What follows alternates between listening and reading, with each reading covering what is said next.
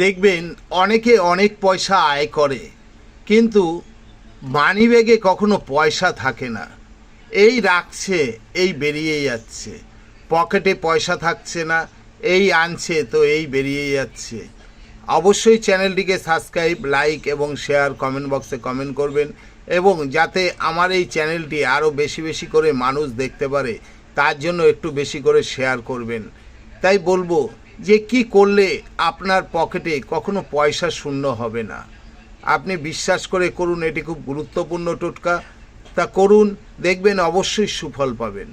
আপনি একটি ভোজপত্র নেবেন, সেই ভোজপত্রে আপনি ৭ লিখে, ৭ লাল কালি দিয়ে লিখে আপনার মানিব্যাগে যত্ন করে রেখে দিন।